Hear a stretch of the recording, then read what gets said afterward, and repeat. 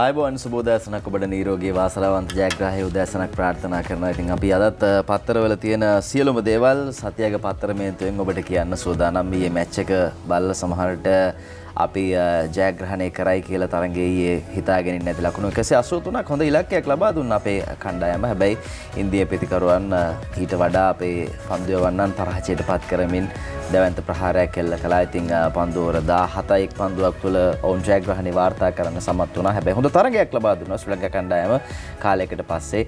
ඒ ගැන කියන්න ඕනේ. ඉතින් අද අවසන් තරගය මේ T20 තරගාවලියේ අපි බලමු ගෞරවය රැකගැනීමේ සටනක් විදිහට ශ්‍රී ලංකා කණ්ඩායම අද දවසේදී තරගයට ප්‍රවිෂ්ඨ වෙනවා ඇති. අපි ජයග්‍රහණය ප්‍රාර්ථනා කරමු. සුබ පැතුම් එක් කරමු.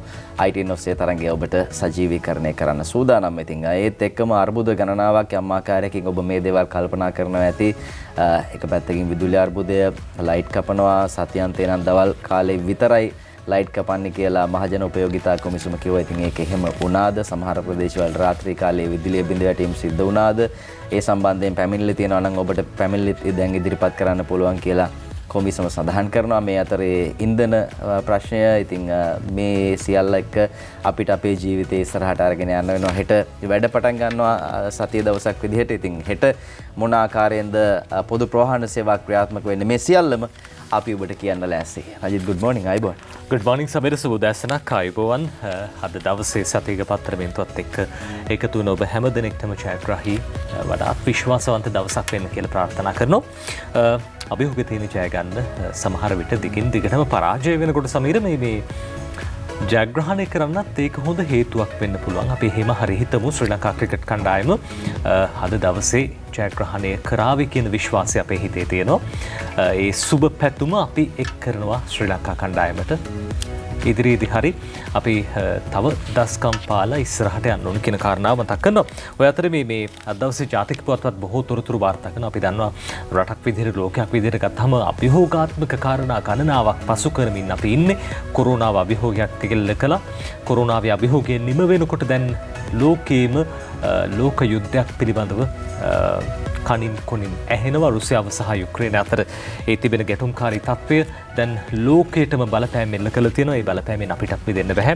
මේ සියල්ල ජාතික පුවත්පත් වාර්තා කරනවා. අපි මුලින්ම කියන්න සූදානම් දැන් හෙට දවසේ සමීරිකුව සතියේ දවසක් වැඩ කරන දවසක්. වැඩට පිටත් වෙන්න අපි දන්නවා දුම්රිය හරියට වැඩ කරන්න ඕනේ, බස් හරියට දුවන්න ඕනේ.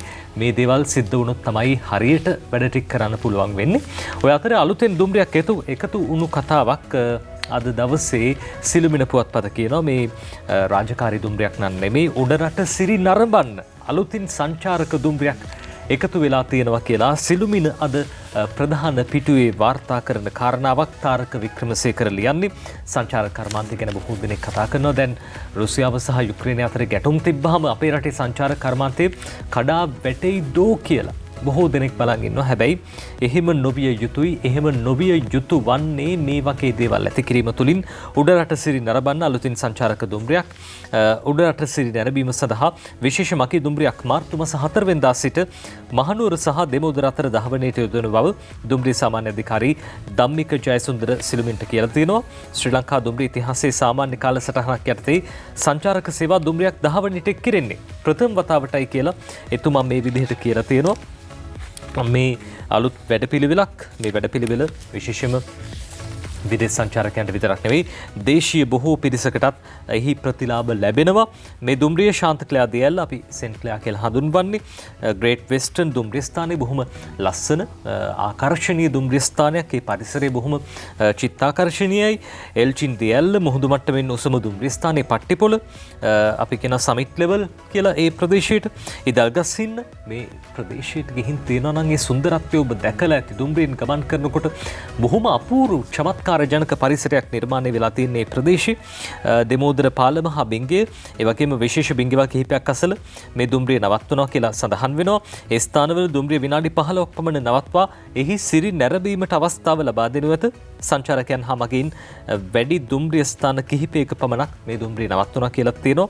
දිනපතා පෙරවරු 7ට මහනුවරින් ධාවනය ආරම්භ වන එය පස්වරු 2:45ට දෙමෝදරට ළඟා වන අතර දිනපතා පස්වරු 3:40ට දෙමෝදරින් ගමන් අරඹා රාත්‍රී 9:35ට මහනුවරට ළඟා වෙනවා කියලා තොරතුරු සඳහන් කරනවා අද සිළුමිණ පුවත්පත්. ඉතින් මේ උඩරට දුම්රිය අනිවාර්යයෙන්ම ඔබ ගමනක් යන්න අමතක කරන්න එපා. මේ පෞද්ගලික වාහනේ ගිහලා තමන්ගේ කායකයේ ගිහිල්ලා එහෙම නැත්නම් වෑන් එකේ ගිහිල්ලා ඒ සුන්දරත්වය බලන්න බෑ. ඒ දුම්රිය ගමන ලංකාවේ තියෙන හරිම ලස්සන සුන්දරම දුම්රිය ගමනක්. ඉතින් ඒ ගමන යන්න දාගන්නවා නම් ඔන්න තවත් දුම්රියක් එකතු කරලා තියෙනවා කියලායි මේ ආකාරයෙන් අද වාර්තා කරන්න අපිට පුළුවන්කම ලැබෙන්නේ. ඉතින් ඒ වගේම තමන්ගේ වාහනේ ගිහිල්ලා මග කොහරි තෙල් නැහැ කිව්වොත් ඒකත් ප්‍රශ්නයක් නෙමෙයි. දවස්වල හිටපු ගමන් කියනවා ෂෙඩ් වලින් ඩීසල් නැහැ කියලා. පෙට්‍රල් නම් ගැටලුවක් නැහැ. ඩීසල් ගැටලුව තමයි තියෙන්නේ. කෙසේ නමුත් දැන් මේ ගැටලුව විසඳනවා කියලා තෙල් සංස්ථාව කියලා තිබුණා. සහ තෙල් වැඩිවීමක් සිපෙට්කෝ සංස්ථා තෙල් වැඩිවීමක් මිල වැඩිවීමක් පිළිබඳව මෙතෙක් එහෙම තීරණයක් නැහැ කියලාත් ඔවුන් සඳහන් කරනවා.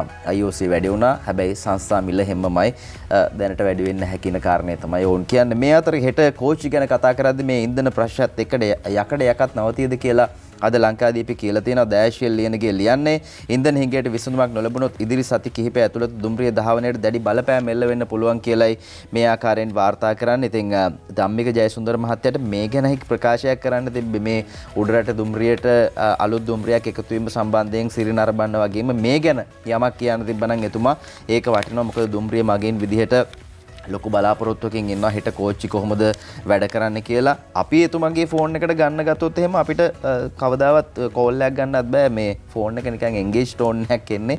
කතා කරන්න අමාරුයි. සියලු දුම්රිය එන්ජින් ධාවනය සඳහා ඩීසල් යොදා ගන්නා නිසා මේ තත්ත්වය උදා වෙන්න පුළුවන් කියලයි ප්‍රවාහන අමාත්‍යාංශයේ ජ්‍යෙෂ්ඨ ප්‍රකාශකයෙක් කියලා තියෙන්නේ. ඉතින් දුම්රිය ධාවනය සඳහා සති කිහිපයකට සෑහෙන ඉන්ධන ගබඩා කරලා තිබුණත් හිස්වන ප්‍රමාණය පූර්ණය කර ගැනීමට සිද්ධ වෙනවා. ඉතින් මේ අතර තමයි දැනට ගමනාගමන මණ්ඩලයේ බස්වත් ධාවනය සඳහා ඉන්ධන ප්‍රශ්නයක් මතුවලා නැහැ කියලත් මණ්ඩලයේ සතු පිරවුම්හල්වල ප්‍රමාණවත් ඉන්ධන තියෙනවා කියලත් ඔවුන් සඳහන් කරන්නේ. මේ අතර දැනට ධාවනයමින් පවතින පෞද්ගලික බස් රථ වලින් 15000ක් පමණ ගාණක් ධාවනය කිරීමට නොහැකි තත්වයක පවතින බව බස් සංගම් සඳහන් කරනවා. අමාත්‍යාංශයේ ලිඛිතව මේ ගැන දැනුම් දීලා තියෙනවා.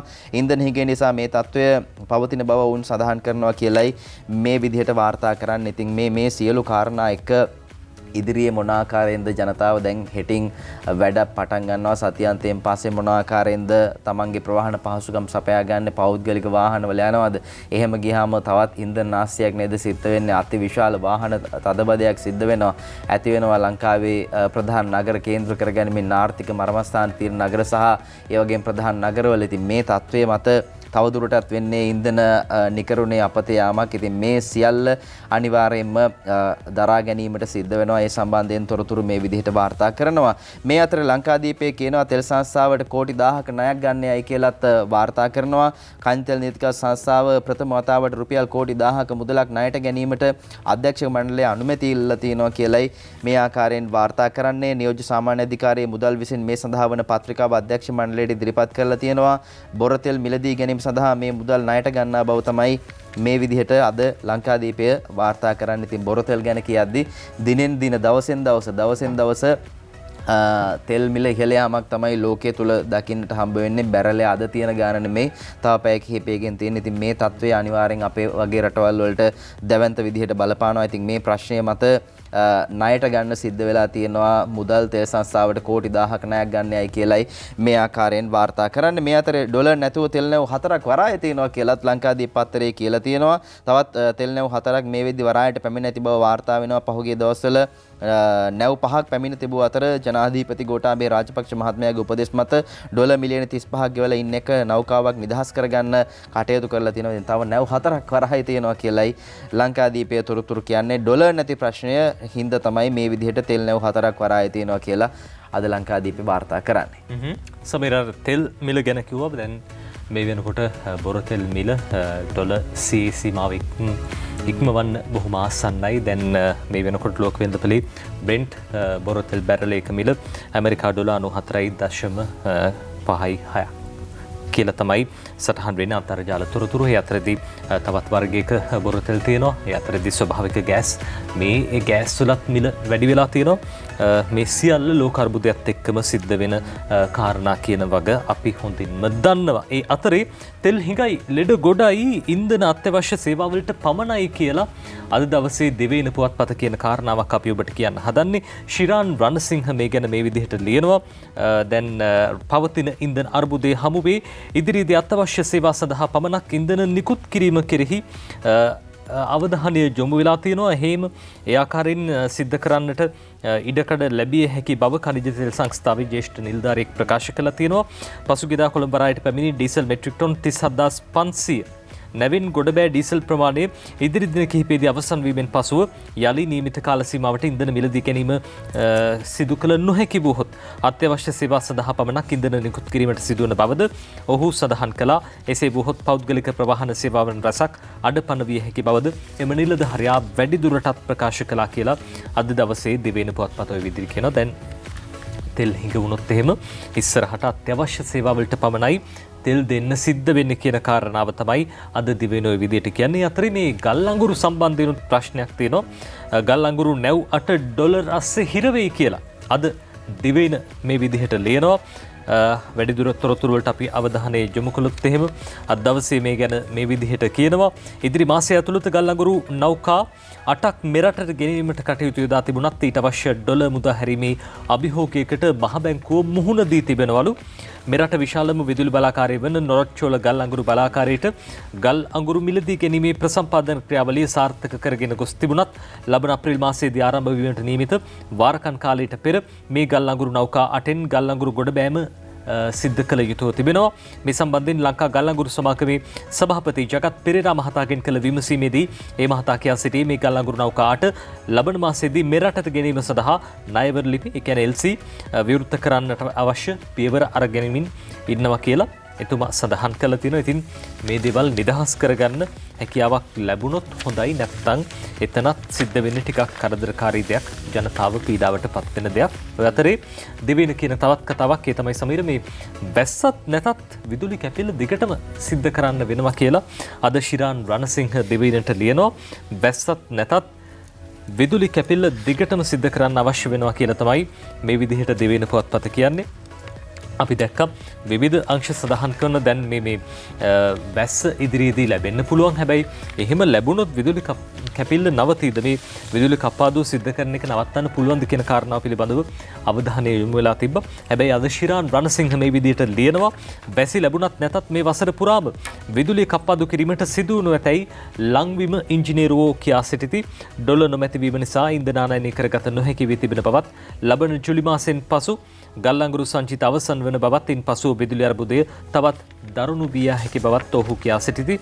මේ වන විට සබ්කස්කන්ධ තෙල් පිරිපහදුවේ කටයුතු සිදුවත් දිනකට නිපදුන ඩීසල්, පෙට්‍රල්, භූමිතෙල්, නැප්තා සහ දැවිතෙල් ආදී සීමා සහිත ප්‍රමාණයක් ලැබෙන නිසා නැප්තා දැවිතෙල් මගින් විදුලි උත්පාදනය කරන බලාකාර කිහිපයක්ම අක්‍රිය වෙලා තියෙනවලු. පවතින තත්ත්වය සැලකිලිට ගැනීමේදී ඉදිරි මාස කිහිපෙ ඉතා තීරණාත්මක වනු ඇතැයි විදුලි ඉංජිනේරුවෝ ප්‍රකාශ කළා කියලා අද දිවයින පුවත්පත ඔය විදිහට කියන. ඉතින් මේ ප්‍රවෘත්ති තුනම එකිනෙකට යන ප්‍රවෘත්ති තුනක් තෙල් හිඟේ තියෙනවා. ඔය අතරේ ගල් අඟුරුත් හිඟයි. ඔය අතරේ දැන් වැස්සත් නැතත් විදුලි කැපිල්ල දිගටම සිද්ධ කරන්න වේදෝ කියලා විදුලි ඉංජිනේරුවරු ඒ විදිහට කියලා තියෙනවා. අද දිවයින ඒ කියන්නේ ලියන්නේ. දැන් මේ විදුලි අර්බුදයට එක එක යෝජනා ආවා. මුලින්ම ආපු යෝජනාව තමයි රාත්‍රී කාලයේදී අවශ්‍ය නැති වීදි ලාම්පු මේ දැල්වීමෙන් වළකිනවා කියලා. ඒ වගේම ලයිට් බෝඩ්, සයින් බෝඩ් මේවා ඕෆ් කරන්න කියලා ආයතන වලට යම් දැනුම් දීමක් කරලා තිබුණා.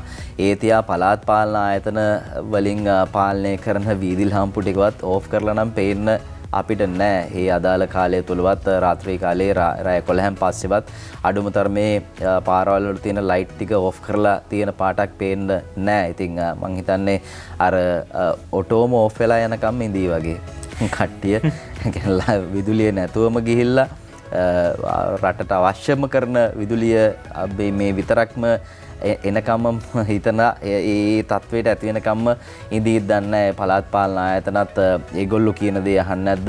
එහෙම නැත්නම් මේවා හරියට දැනුම් දීලා නැද්ද?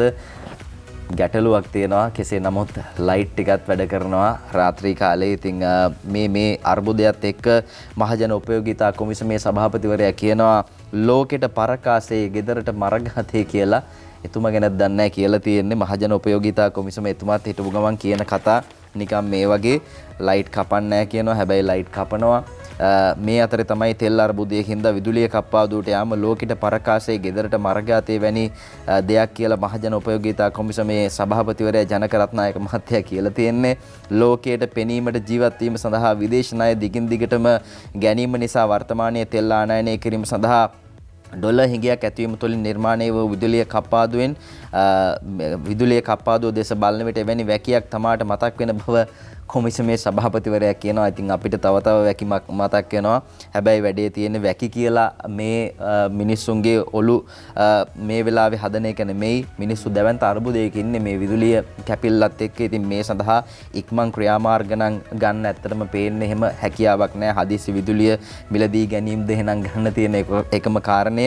ඉතින් ඒවට ගියාම ඒ සඳහාත් ඩීසල් තමයි පාවිච්චි කරන්නේ. ඒ විදුලි බලාගාර බොහොමයක් පුනර්ජනනීය විදුලිය ගැන 2030 අපිට සුබවාදී බලාපොරොත්තු තියාගන්න පුළුවන් 30%ක් විතර පුනර්ජනනීය බලශක්තිය ඉතා ඉක්මනින් විදුලි බල පද්ධතියට එකතු කිරීම තමයි රජයේ අරමුණ වෙලා තියෙන්නේ. ඉතින් මේ අතරේ තමයි මේ ආකාරයෙන් සඳහන් කරන්නේ වෙනත් විකල්පයක් නොමැතිකම නිසා විදුලිය කප්පාදු කිරීමට සිදුවීම තුළින් මිලියන 20ක බහුතර ජනතාවක් පීඩාවට පත්වන බව මේවා දන්නවා ඒගොල්ලෝ. මහජන උපයෝගිතා කොමිසමේ සභාපතිතුමාමයි කියන්නේ විදුලිය කපන ක්‍රමවේදය පිළිබඳව විවිධ ප්‍රදේශවල ජනතාව අතර විවිධ මත පැවතියද මේ කප්පාදුව සිද්ධ කරන්නේ විදුලි ඉංජිනේරුවන් කියලා ඔහු සඳහන් කරනවා. විදුලිය කප්පාදුව නිසා වැඩියෙන්ම බලපෑමට ලක් වෙලා ඉන්නේ කුඩා පරිමාණයේ ව්‍යවසායකයන් බව මේ ආකාරයෙන් පෙනී ගිහිල්ලා තියෙනවා කියලයි සභාපතිවරයා කියලා තියෙන්නේ. ඉතින් මේ සියලු කරුණුත් එක්ක විකල්පයක් නැහැ. විදුලිය තියෙන ටික ආරක්ෂා කරගන්න නම් දවල් වරුවේ ලයිට් කපන්න වෙනවා. හැබැයි අපූර්වට රෑ ඕන නැති ලයිට් ඕන තරම් පත්තු වෙනවා. අතුරු මාර්ගවල අවශ්‍යම නැහැ.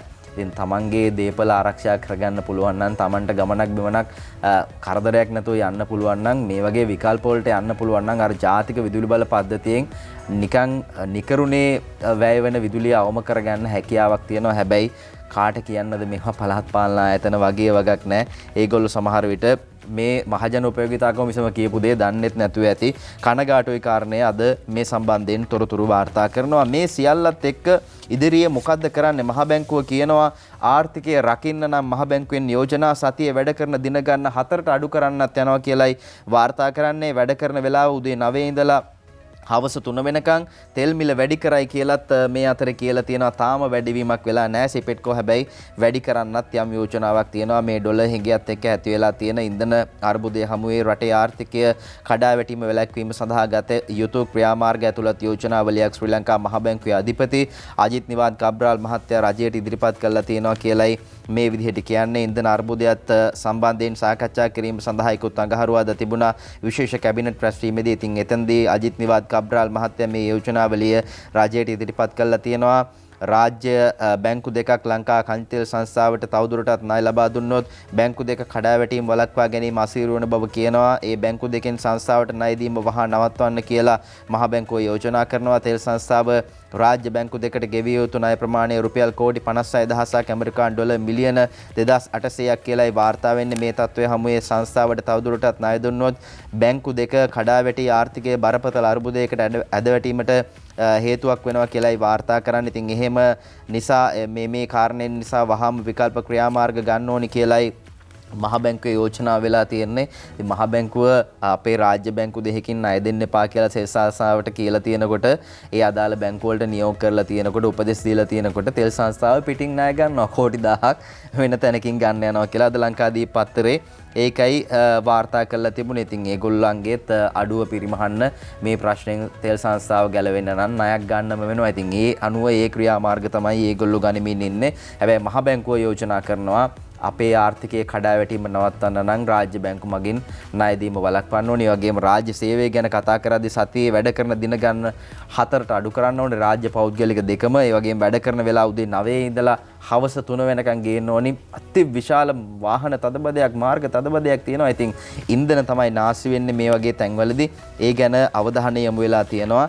වැඩට යන අය වැඩ කරන අය නම් පොඩි හිනාවකුත් එනවා ඇති. දවස් 4ක් වැඩ කරන්න තියෙනවා. වගේම උදේ 9 ඉඳලා හවස 3 වෙනකම් වැඩ කරන්න තියෙනවා නම් කොච්චර හොඳයිද කියලා ෂෝට් ලිව් යන වෙලාවනේ. මේ අතරේ තමයි අද ලංකාදීපයට ගියාම වාර්තා කරන්නේ මේ ඉන්ධන අර්බුදයත් එක්ක අපේ රටේ වෛද්‍යවරයෙක් හොයාගත්ත විකල්පයක් සම්බන්ධයෙන් කියලා තියෙනවා.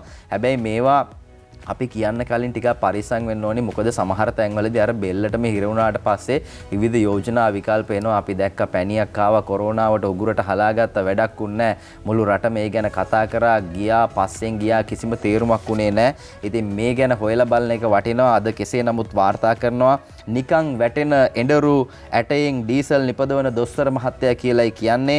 ගුවන් යානා පියාසර කරවීම, ඒ වගේම දුම්රිය ධාවනය, කාර් බස් ධාවනය කිරීමටත්, කර්මාන්තශාලාවල යන්ත්‍ර සූත්‍ර ක්‍රියා කරවීමටත්, විදුලිය නිෂ්පාදනයටත් ඉන්ධන යොදා ගැනීම මේ අර්බුදකාරී තත්වයට හේතුවක් වෙලා තියෙනවා. ඉතින් වර්තමානයේ අනෙක් ප්‍රබල හේතු කාරණයක් බවට මේ ඩොලර් හිඟය ඇති වෙලා තියෙනවා. ඉතින් මේ සියලු කාරණා එක්ක තමයි අර්බුදකාරී තත්වයේ හමුවේ මෙරට තුළ පවතින ඕනෑම දේශගුණික තත්වයක් යටතේ ඕනෑම ප්‍රදේශයක පොහොර භාවිතයෙන් තොරව වැවෙන එඬරු ශාකය මගින් පරිසර හිතකාමී ලෙස ජෛව කාබනික ඉන්ධන නිපදවන වෛද්‍යවරයෙක් පිළිබඳව අනුරාධපුරයෙන් තොරතුරු වාර්තා වෙනවා කියලා මේ කියන්නේ.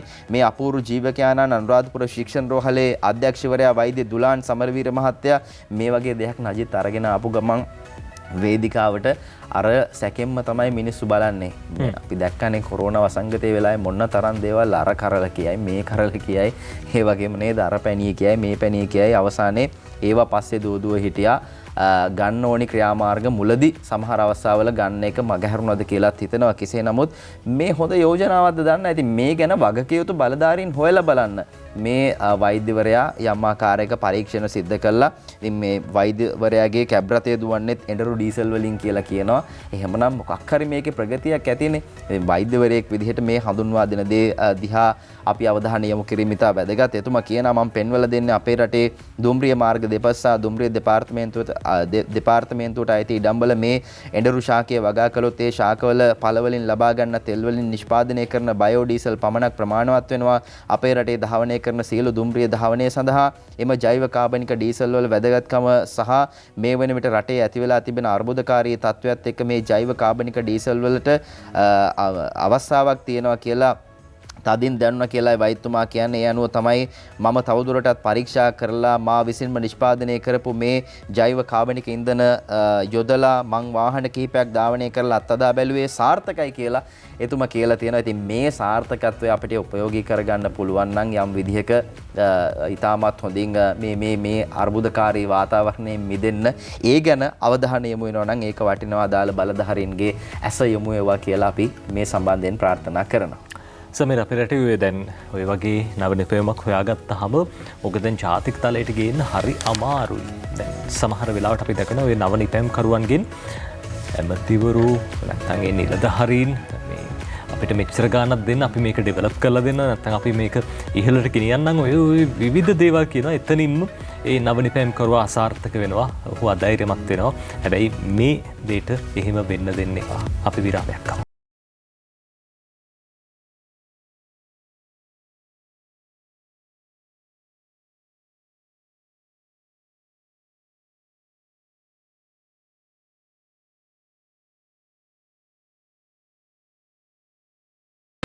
ඔබ නැවතත් සතියක පත්තරමේන්තුවත් එක්ක එකතු වෙන අපි ජාතික පුවත්පත්වල තොරතුරු බලමින් ඉන්නේ.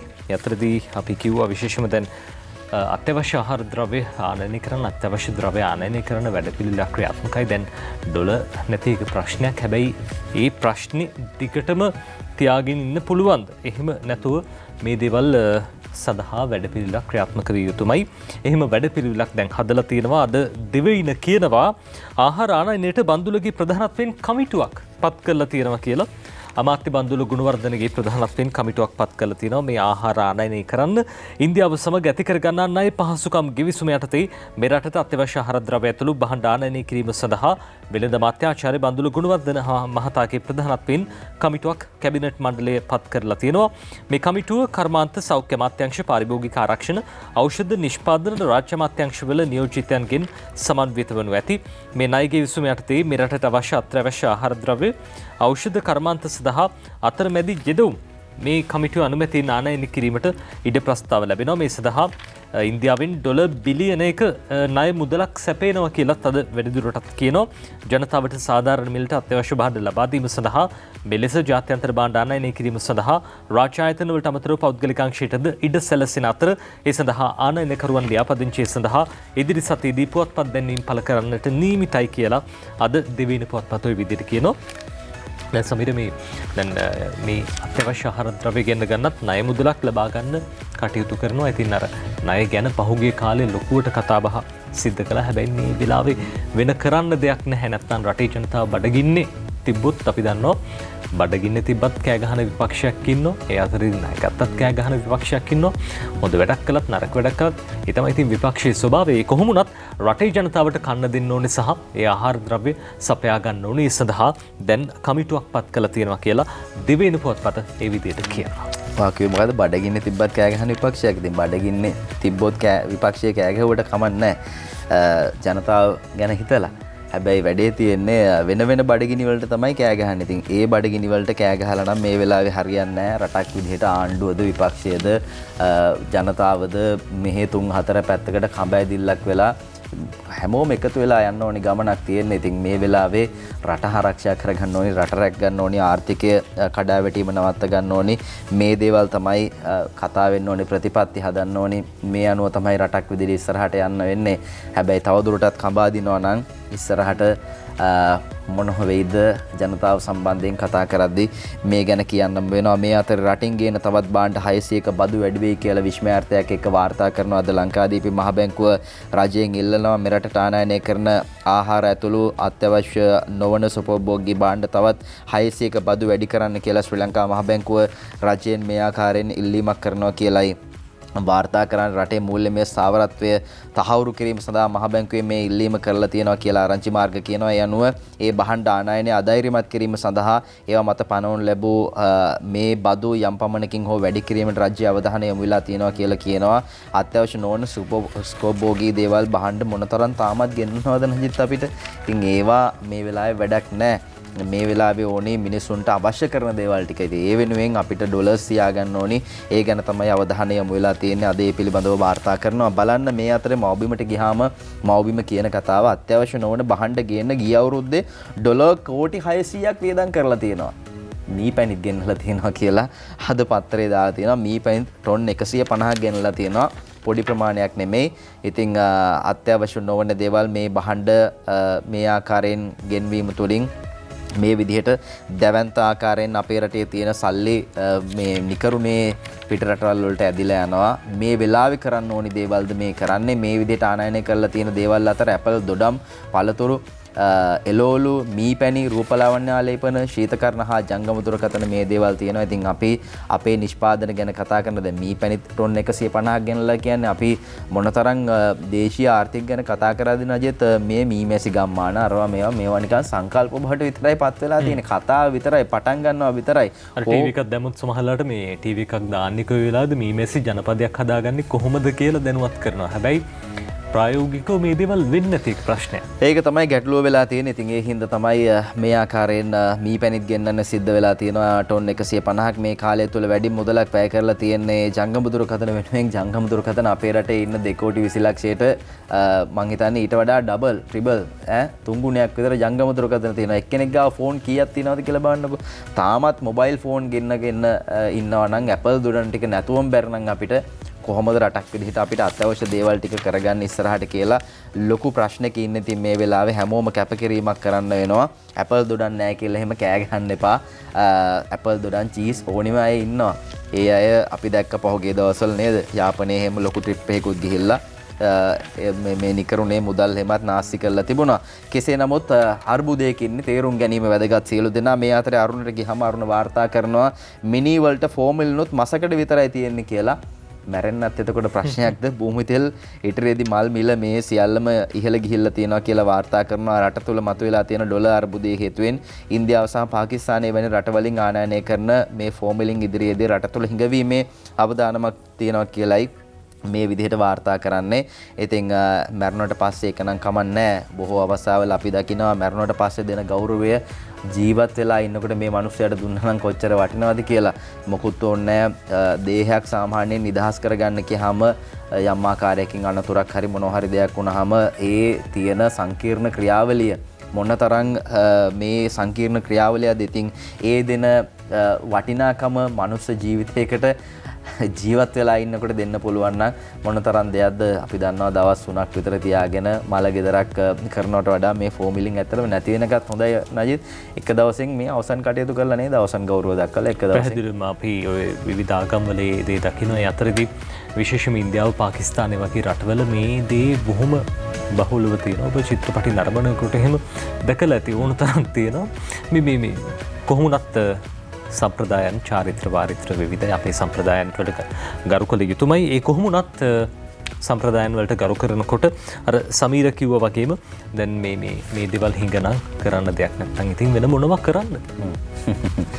මේ සම්බන්ධයෙන් අද මේ විදිහට අරුණ පත්තරයේ තොරතුරු වාර්තා කරනවා. අපි යනවා දිවයින පත්තරේ බලන්න. අද දවසේ දිවයින පුවත්පත කියන කතාවකට අපි යන්නේ. දැන් කොරුණා ව්‍යසනය මේ ලෝකයට බලපෑම් එල්ල කළා. කොරුණා වසංගතයත් එක්කම දැන් තවත් ලෝක වසංගතයක් බවට පත්වෙන දෙයක් ඒ තමයි අපි දන්නවා යුක්‍රේනයේ සහ රුසියාව අතර තියෙන අර්බුදකාරී තත්ත්වය. මේ තත්ත්වයේ හින්දා අපේ රටේ සංචාරක කර්මාන්තයට දැඩි බලපෑම් එල්ල වෙලා තියෙනවා. අපි ඒ ගැන කියන්නම් ඔබට විරාමයක් අරගෙන.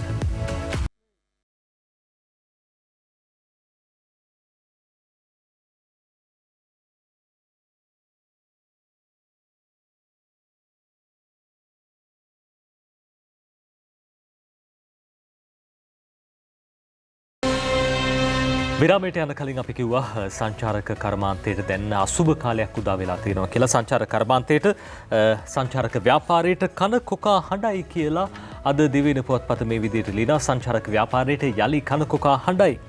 උපාලිද සේරම මේ ගැන ලියන්නේ රුසියාව සහ යුක්‍රේනය අතර පවතින ගැටුම් නිසා ශ්‍රී ලංකාවේ සංචාරක කර්මාන්තයට යම් බලපෑමක් ඇති විය හැකි බව විදේශ අමාත්‍යාංශයේ ලේකම් අද්මිරාල් මහාචාර්ය ජයනාත් කොළඹගේ මහත්තයා කියලා තියෙනවා. කොවිඩ් අසංගතය හමුවේ කඩාවැටුණු සංචාරක කර්මාන්තයේ යලින් නකා සිටුවීමේදී රුසියාවෙන් සහ යුක්‍රේනයෙන් සංචාරකයන් විශාල පිරිසක් පැමිණි බවත් මේ යුද ගැටුම් හමුවේ එම සංචාරකයන් පැමිණීම නතර විය හැකි බවත් ලේකම්වරයා වැඩිදුරටත් කිව්වා කියලා අද දිවයින පුවත්පත විදිහට කියනවා. සමීර අපි ගියා මේ හික්කඩුව ප්‍රදේශයට. ඒ වගේම මේ සංචාරක මර්මස්ථාන ගණනාවකට වැඩි වශයෙන් හිටියේ යුක්‍රේන සහ රුසියා සංචාරකයන්. අර උන්ට අදහස් වමාරු කරගන්නත් හරි අමාරුයි. ඉංග්‍රීසි භාෂාව එහෙම ඔය රුසියන් ජාතිකයන්ට ඒ වගේම යුක්‍රේන ජාතිකයන්ට පුරුදු නැහැ. ඔවුන්ගේ මව් භාෂාවෙන් කතා කරන්න. මේ පිරිස කියපු දෙයක් තමයි මේ දැන් ලංකාවේ අපේ රටේ තියෙන ආරක්ෂිත බව හින්දා තමයි ඔවුන් එන්නේ. එන්නත් විදගෙන බූස්ටර් මාත්‍රාවත් ලබාගෙන බොහොම සුරක්ෂිත විදිහට අපි ඉන්නවා. ඒ හින්දා ඔවුන්ට බයක් නැහැ කියන කාරණාව සඳහන් කළේ. හැබැයි දැන් එහෙම එන්නත් හැකියාවක් තියෙද කියන දේ සැකයි. ඒ කොහොමුණත් ඇවිල්ලා ඉන්න පිරිසටත් පහසුකම් සලසන්න වෙයිදෝ කියන සැකයක් තියෙනවා. ඒ කොහොමුණත් යුද්ධමය තත්ත්වය ඒ යුද්ධ ගැටුම් තාමත් දැඩිව ක්‍රියාත්මක වෙනවා කියලා පිට ආරංචි.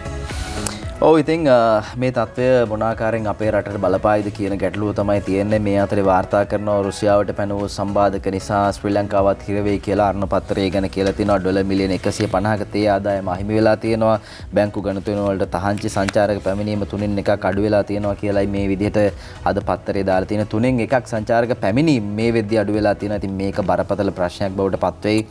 අපි සංචාරක කර්මාන්තය ගැන කතා කරද්දී ඔබ කිව්වා වගේම යුක්‍රේන රුසියා සංචාරකයන් අපේ රටේ විශාල පිරිසක් හිටියත් අද ඒ ගැනත් පත්තරේ තියෙනවා. රුසියා යුක්‍රේන ගැටුමෙන් සංචාරකයන් 4000ක් ලංකාවේ හිර වෙයි කියලා අරුණ පත්‍රයේ වාර්තා කරන උද්දීජී වේකනායක ලියනවා. රුසියාව යුක්‍රේනය අතර ඇති වෙලා තියෙන මේ යුද ගැටුම් හේතුවෙන් ගුවන් ගමන් අතර වීම නිසා මේ රටවල් වැසියන් 4000ක් ලංකාවේ හිර වෙලා තියෙනවා කියලයි මේ ආකාරයෙන් අද තොරතුරු වාර්තා කරලා තියෙන්නේ. ඉතින් යුක්‍රේනයේ කිව් අගනුවර සතියන්තයේදී රුසියාව අතට පත්වේද කියලාත් අද ලංකාදීපේ වාර්තා කරනවා. මේ සියලුම තොරතුරු අපි කියනවා ලෝවට අරගෙන ජේෂ්ඨ මාධ්‍යවේදී මොහන් සමරනායක මහත්මයා එනවා. මොකද්ද ඇති වෙලා තියෙන දැන් වර්තමාන තත්ත්වය වගේම මේ තත්ත්වයේ ඉදිරියේදී මොන ආකාරයෙන් බලපායිද විශේෂයෙන්ම යුක්‍රේනය ගැන කතා කරද්දී යුක්‍රේනය කියලා තිබ්බා අපිට යුරෝපානු රටවල් සහයෝගය ලබා දුන්නේ නැහැ. ඔවුන් මුලින් කියපු දේවල් අපිත් එක්ක හිටපු විදිහ නෙමෙයි දැන් ඔවුන් ගනුදෙනු කරන්නේ. නේටෝ සංවිධානය ඇතුළු ඒ සියලු යුරෝපානු රටවල් වලට චෝදනා කරලා තිබ්බා. ඉතින් මේ තත්ත්වය අපිට කොහොමද බලපාන්නේ? ඒකයි වැදගත් වෙන්නේ. ඒ ගැන ජේෂ්ඨ මාධ්‍යවේදී මොහන් සමරනායක මහත්මයාත් එක්ක ලෝවට ඔබට අහගන්න දැනගන්න හැකියාව ලැබෙනවා පත්තරමේන්තුවෙන් පස්සේ. එතර සමීර අද දවසේ දෙවෙනි පුවත්පත වගේම ලංකාදීප පුවත්පතේ වගේම සිළුමිණ පුවත්පත කියන කාරණාවක්. ඒ තමයි මේ හරිත දයක් වැඩසටහනින් ගෙවතු ලක්ෂ 21ක් අස්වද්දයි කියලා මේ අලුත් වැඩසටහනක් ආරම්භ වෙන්නට සූදානමින් තියෙනවා. අද නිහාල්පි අබේසිංහ ගැන මේ විදිහට ලියනවා. අද දවසේ සිළුමිණ පුවත්පතට අපිට පුළුවන් වැඩිදුර තොරතුරු වලට අවධානය යොමු කරන්න. සෑම ග්‍රාම නිලධාරී වසමකම ගෙවතු 160ක් සමග රටේම ගෙවතු ලක්ෂ 21ක් මේ මාස තුලදී අස්වද්දන හරිත දයක් ජාතික වැඩසටහන ලබන 22 වෙනිදා ආරම්භ වෙනවා. ජනාධිපතිතුමන්ගේ සහ අගමැතිතුමන්ගේ උපදෙස් පරිදි ආර්ථික පුනරුජ්ජීවනය හා දරිද්‍රතාව තුරන් කිරීම පිළිබඳ ජනාධිපති කාර්යසාධක බලකායේ සභාපති මුදල අමාත්‍ය බැසිල් රාජපක්ෂ මහත්මයාගේ අධීක්ෂණය යටතේ මේ වැඩසටහන ක්‍රියාත්මකයි. මේ යටතේ රට පුරා ගෙවතු ලක්ෂ 21ක් මේ වසර තුල අස්වැද්දීමට සූදානම් බවත් තවත් ගෙවතු ලක්ෂ 21ක් ලබන වසරේ අස්වද්දන බවත් කෘෂිකර්ම රාජ්‍ය අමාත්‍යාංශයේ අධ්‍යක්ෂ අජිත් පුෂ්ප කුමාර මහත්තයා සිළුමිණිට සඳහන් කළ තියෙනවා. මෙහිදී සෑම ගෙවත්තක් සඳහාම බීජ රෝපණ ද්‍රව්‍ය පොහොර හා මූල්‍ය ආධාර වශයෙන් රුපියල් 5000ක ප්‍රතිපාදන ලබා දෙන බවත් පුෂ්ප කුමාර මහත්තයා කියලා තියෙනවා. මේ ගෙවතු වගා සඳහා වර්ග 8ක බීජ ලබා දෙනවා කියලත් තොරතුරු වාර්තා වෙනවා. 22 වෙනිදා මේ වැඩසටහන ආරම්භ වෙනවා. ජගත් මානව හිමිකම් 49 වෙනි සැසිවාරයත් ආරම්භ වෙනවා. ඉතින් මේකත් එක්ක අපේ රටේට ඊළඟට එල්ල වෙන චෝදනා ටික හැමදාම බලාගෙන ඉන්නේ මානව හිමිකම් සැසිවාරය එනකම් මොනවද කරන්න පුළුවන්, චෝදනා කොහොමද හිර කරන්න පුළුවන්. ඉතින් මිෂෙල් බැෂලේ වැඩ පටන් අරගෙන තියෙනවා. ඒ ගැනත් මොහන් සමරනායක මහත්මයා කතා කරයි. මේ අතරේ තමයි අද මව්බිම් වාර්තා කරන්නේ උදේ 11ට කාදිනල් හිමි පාප් වහන්සේ අද හම්බ වෙනවා. වතිකානේ අද රත් වෙයි කියලායි මව්බිම් ප්‍රධාන ප්‍රවෘත්තියෙන් කියන්නේ. අනුව පාස්කු අවනඩුව කියන්න සෙන්ට් පීටර්ස් චතුරස්‍රයට ලාංකිකයන් රැස් කරන්නත් නියමිතයි කියලා මේ විදිහට කියනවා. ඒ වගේම ජාත්‍යන්තරයට යනවා හැර විකල්පයක් නැහැ කියලායි රදගුරු සම්මේලනය සඳහන් කරන්නේ. අපිට මතකයි පාස්කු ප්‍රහාරය වුණ කාලෙන් අජිත් ඇත්තටම කාදිනල් හිමිපාණන් සියලු කතෝලික ජනතාව සංසුන් කරගන්න සහ ප්‍රශ්නයක් එතනින් එහාට ඇති නොවෙන්න දැවැන්ත වගකීමකින් යුතුව කටයුතු කළා. ඉතින් චෝදනාව තියෙන්නේ මේ පරීක්ෂණ නිසියාකාරයෙන් වෙන්නේ නැහැ කියලා. මේත් එක්ක තමයි පාප් වහන්සේ වතිකානයට යන්නේ. පාප් වහන්සේ මුණ ගැහෙන්න මේ පාස්කු ප්‍රහාරය විමර්ශන සම්බන්ධයෙන් රජයේ මෙතෙක් අනුගමනය කරලා තියෙන ක්‍රියාමාර්ග පිළිබඳව කලකිරීමෙන් ඉන්නවා කියලා කාදිනල් හිමිපාණන් කියනවා. ඉතින් මේකත් එක්ක තමයි ශුද්ධෝත්තම ප්‍රැන්සිස් පාප් වහන්සේ මුණ ගැසීමට නියමිත වෙලා තියෙන්නේ. මේ අතර ලාංකිකයන් සෙන්ට් පීටර්ස් චතුරස්‍රයටත් රැස් කරන්න නියමිතයි කියලා වාර්තා කරනවා. මේ පාස්කු අවනඩුව කියන්න මේ අතරේ ජාත්‍යන්තරය යන හැර විකල්පයක් නැහැ කියලා රදගුරු සම්මේලනය සඳහන් කරනවා. අද මව්බිම ඒ ගැන වාර්තා කරනවා. මේ සියලු කාරණා එක්ක තමයි මානව හිමිකම් සැසිය ආරම්භ වෙන්නේ. ජිනීවා මානව හිමිකම් සැසිවාරය ආරම්භ වෙනවා. ඒ අතරදී දෙවිනත් කියනවා ජිනීවා යති පාස්කු බින්දිතයන්ට යුක්ති ඉල්ලති කාදිනල්තුමා හෙට පාප් වහන්සේ බැහැදකි. මේ තමයි තොරතුරු කීර්ති වර්ණකුළු සූරිය මේ ගැන ලියන්නේ. අර සමීර කියපු කාරණාත් මේ දෙවින පුවත්පතේ ප්‍රධාන සිරස්තලයට අන්තර්ගත වෙලා තියෙනවා. අපි සූදානම් මේ ප්‍රවෘත්තිත් එක්කම අද දවසේ පත්තරවල විස්තර අවසන් කරන්න අපි කාටුන් බලන්න සූදානම්.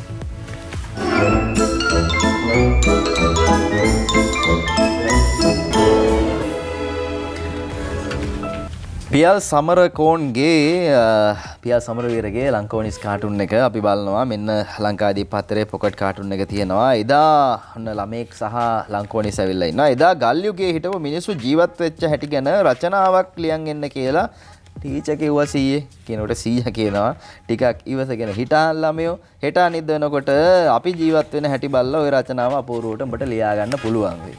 පොඩ්ඩක් ඉවසගෙන ඉන්න කියලා තියෙනවා. ඒ අතර සිම්පල් මෑන් ඉඩික්ලික් අදින කාටුනේ බලන්න මේ කියන්නේ මොනවද කියලා.